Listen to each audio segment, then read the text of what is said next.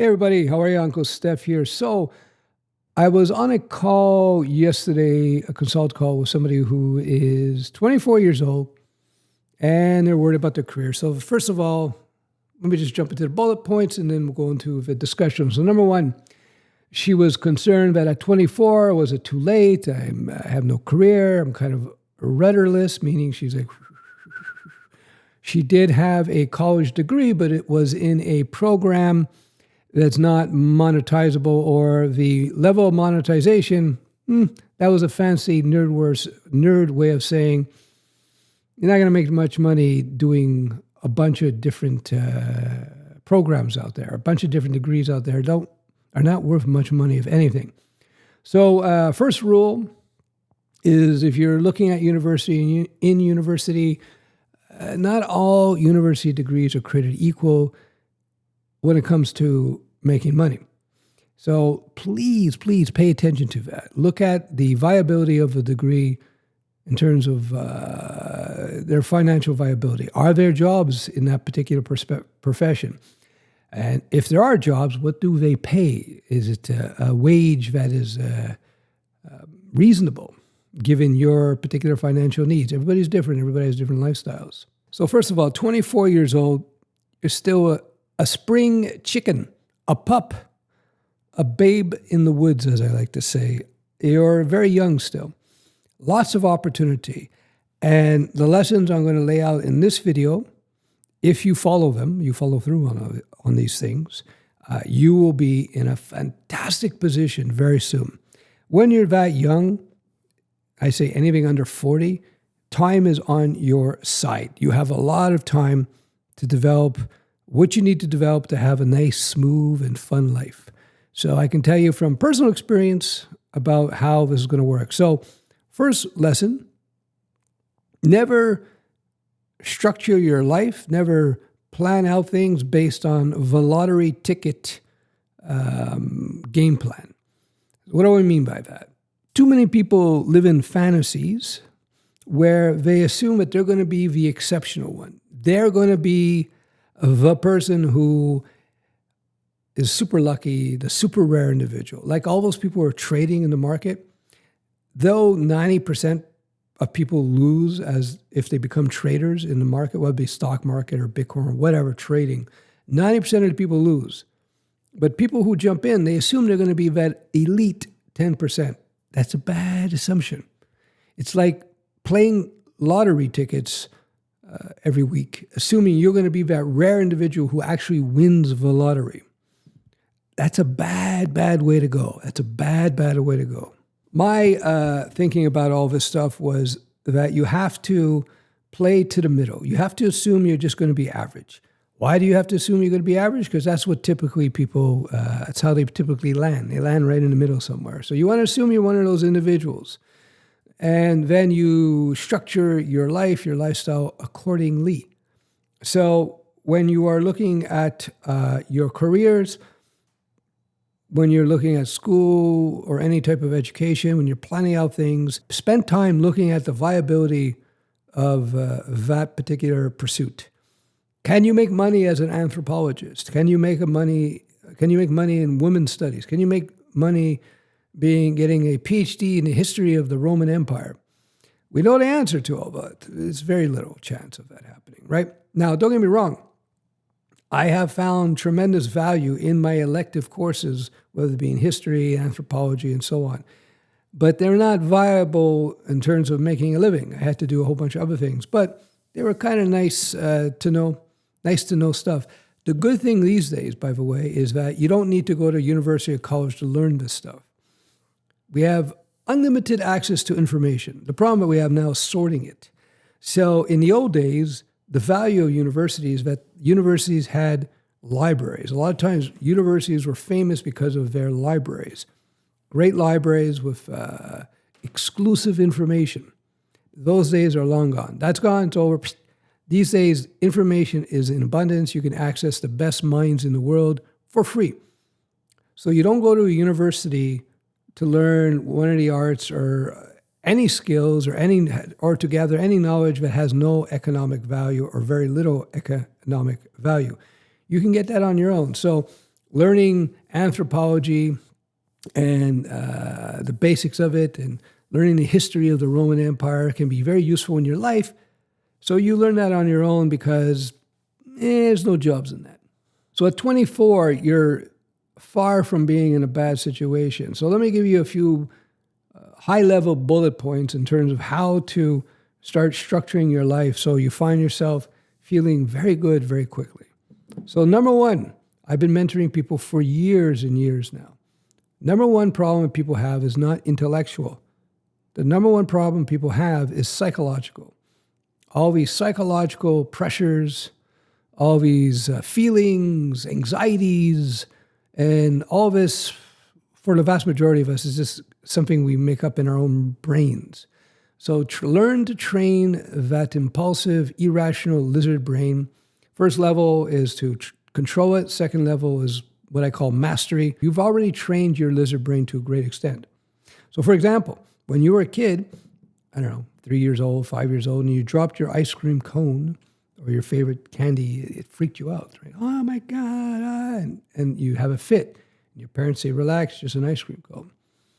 Now you're an adult, I'm hoping anyway, that when you drop your ice cream cone, you don't think it's the end of the world, you don't cry, and you have a fit, because you know, through experience and the gathering of the wisdom, that this ice cream cone falling on the ground is not a big deal, and in the grand scheme of things, right? So you don't even have to control your emotions. It's just your brain knows, your lizard brain, your emotional self knows. It's not a big deal. So you have to learn to do that with many other aspects of your life.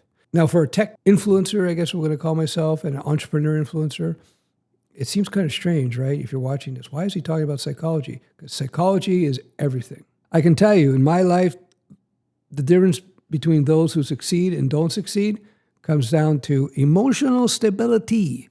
Psychology, not intellect. Some of the dumbest people I've met are actually quite successful because they have the right alignment of psychology and luck and the proper skill and to succeed.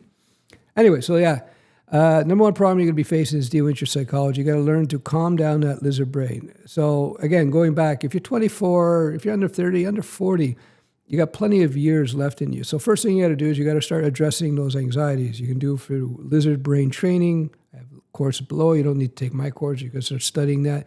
Just learn to calm down. Think about this. Think of all the times in your life when you thought something was terrible was going to happen, and then time passes and nothing happens, right? Remember this. Our brains are designed or have evolved to respond to potential threats irrationally or amplify them manyfold. It's just that's how we are. And so when you think something bad could happen, chances are it won't. Try to keep that in mind. Okay, with the psychology aside, the next thing we're going to look at is the steps that you need to take. So number one, at 24, you got to look at your finances. You got to look at the money coming in and out. You got to become an expert at it. You got to get a little spreadsheet. I think I put one up before. If you don't need mine, just look at financial spreadsheet. Just going to look how much I spend a month on restaurants, on coffee, on the gym, on traveling, on rent or mortgage, on electricity. Just look at all your expenses. Start tracking and then start organizing your expenses in terms of what's must be paid, like your rent, like your electrical bill, versus things that you don't necessarily have to get, like your coffee at Starbucks or something. You want to get a handle over where your money is going, how much coming in, how much you're spending, how much is going out. Why do you want to do this? Because you can't really come up with a plan if you don't know the landscape. You got to know what's going on. So once you figure out what's going in and out in terms of your money, you have to start cutting out the unnecessary expenses. It adds up over time. So for me, when I did this exercise decades ago, I found out, and this is in 1990s money, I found out that I was spending $700 a month on stuff that I didn't need to spend on. Now, that may not seem like much, but in today's dollars, I guess, I don't know, we'll say it's a double. A little less than a double. We'll say it's a double. That's $1,400 a month on garbage. That's more than $14,000 a year. That's like $15,000 a year in change. And in 10 years, $150,000, right? Minimum. Because if you invest that extra money, you get return, but it's more like 200, 2.25 maybe. So that's a lot of money. That adds up. So you want to really analyze your expenses, figure out where you're spending money, and start cutting where you can cut. Trust me, what you're going to find out quickly is that you don't really need to spend all this money. You find that a lot of money you're spending on stuff that you don't really need.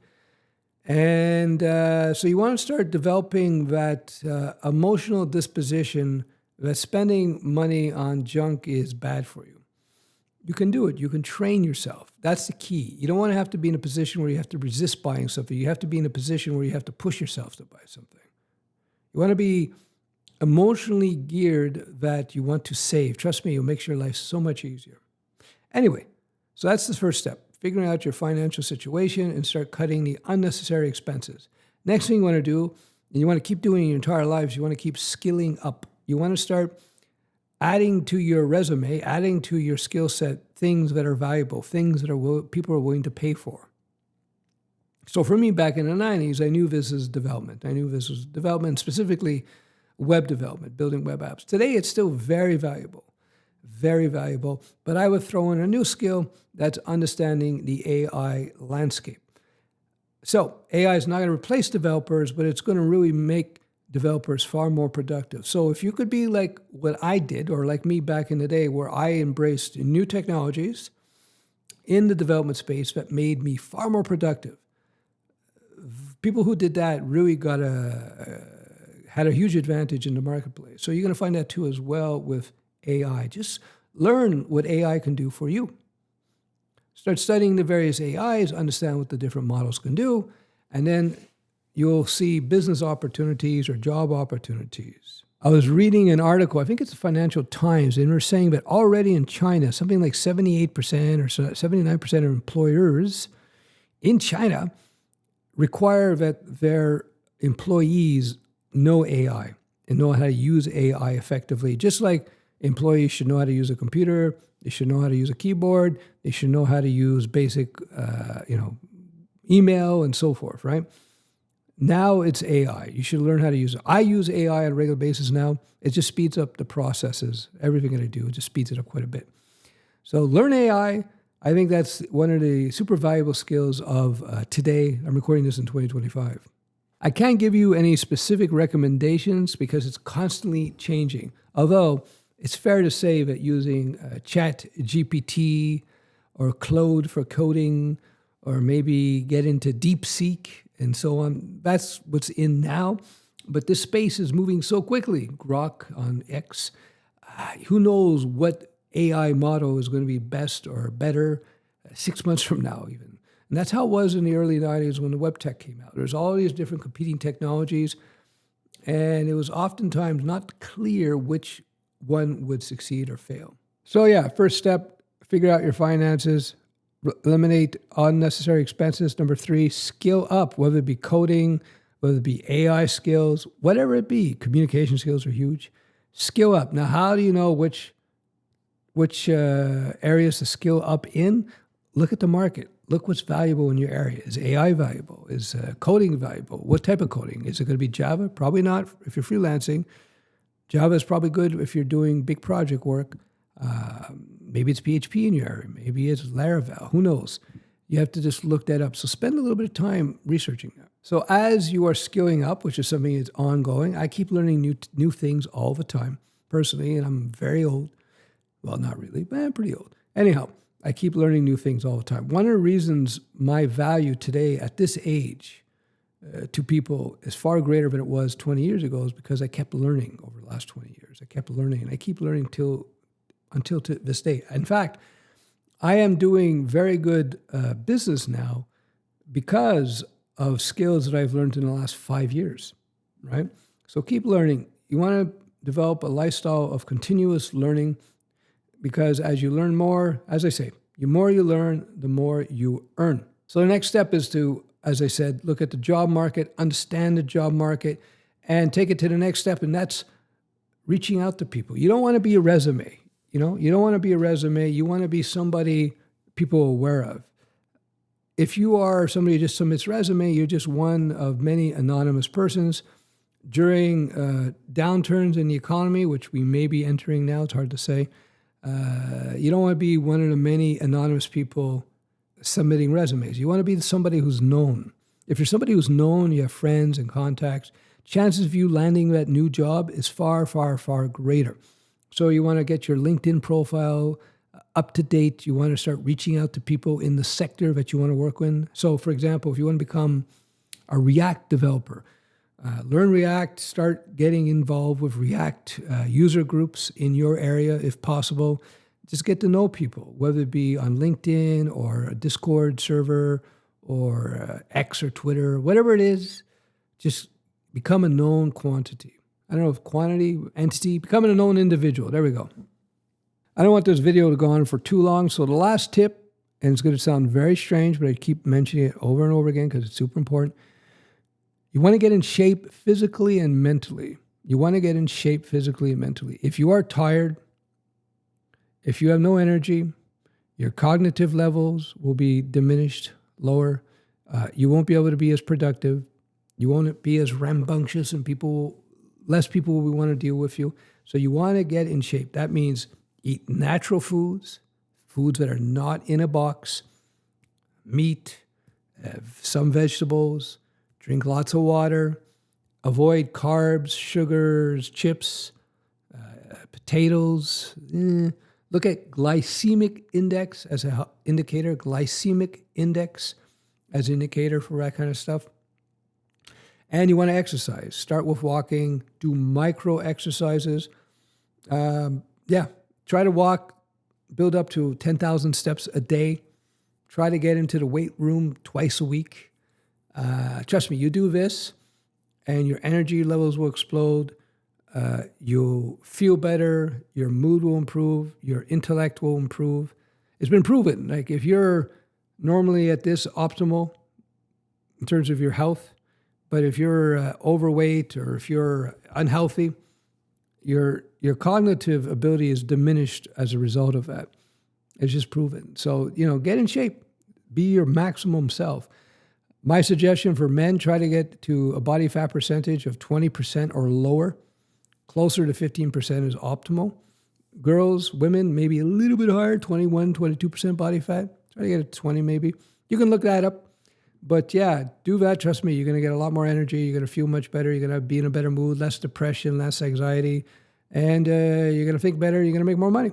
I'll give you a bonus tip. Once you start making more money and do all the previous things with the psychology and the health and getting the finances in order, leveling up your skills, etc., you want to start investing intelligently. Now, I'm not going to do a whole video on investing here, but I'll just say you want to do something called dollar cost averaging into index funds, and you want to be broadly diversified. That is the three major bullet points. And you take it from there. You want to basically have a passive, low-stress investment strategy that 90% of the time you will beat all the professional investors. No work as well. So that's fantastic. So there you go. I hope this is useful. If you have any questions or comments, or you disagree with anything I talk about here, put it in the links below. In the comments below. If you love my long hair, give me a thumbs up. If you hate my long hair, give me 2 thumbs down.